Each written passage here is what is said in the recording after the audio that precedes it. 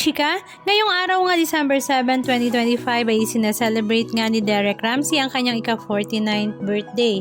At sa ngayon nga ay nakabalik na nga rin siya sa kanyang bahay matapos nga na umalis na ang kanyang asawa na si Ellen Adarna at lumipat naman sa kanyang bagong bahay.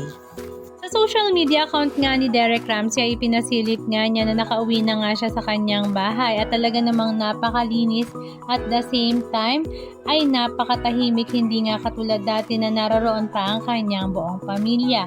Pinasilip nga niya ang banyo kung saan gamit na nga lang niya ang naroroon.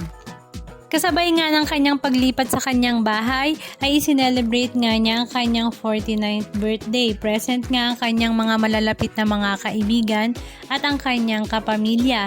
At ang nakakatuwa nga ay present din nga ang kanyang unika iha sa kanyang birthday celebration. Simple nga lang ang kanyang birthday celebration pero kitang-kita nga sa kanyang mukha na masaya siya dahil naroroon nga ang kanyang unika iha na si Baby Lily. Matatandaan nga last year ay sinelebrate nga niya ang kanyang birthday ng napakasaya kasama nga si Ellen Adarna. At alam nyo ba na after few days ay isa-celebrate sana ng dalawa ang kanilang wedding anniversary.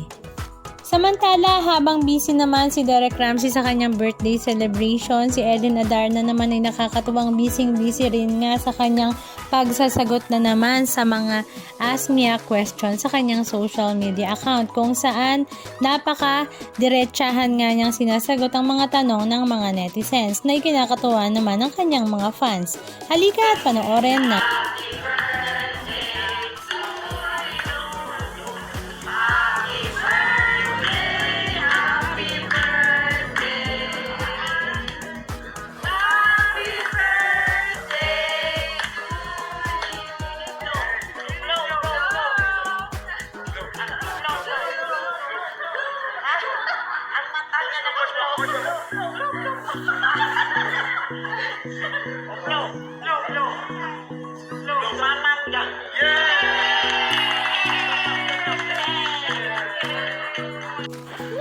She's still alive!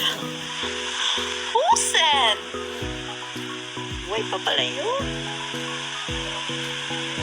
May niniwala pa doon. Christy Vernon. Well, can't blame her. Close yun sila. Yes. The only times din na hindi yan nakapunta is when he's abroad or he has work. But he's always present sa mga at maliit na he's there. Si Jasa din nagbakasyon. Isdaan Bantayan. So, 1 month siya nagbakasyon. Sana all. Mas taas pa siyang bakasyon. Or Jasa. Sa taon siya guys. Ang buong rin sa natawa ito niya sa una ko. You're not allowed. Teacher Ryan, you're not allowed in the house. You cannot go inside. Yung alihan yung door. Sa tapo. Lusot na siya. My tummy hurts. I'm gonna make sure. Sige, tawagan ko yung mama. If your tummy hurts, no, it's okay na di. It's okay na. I feel okay na. It's okay na. Siya mga palusot. Teacher Ryan, you know what? My mama is selling the piano now, so you don't have to come back. But he was only 5. He was a child, a baby. Now that he's 7, he's accepted it. And it's accepted that it's part of his life. Anong masasabi niyo mga kachika? Just comment down below. And please don't forget to subscribe. Thank you!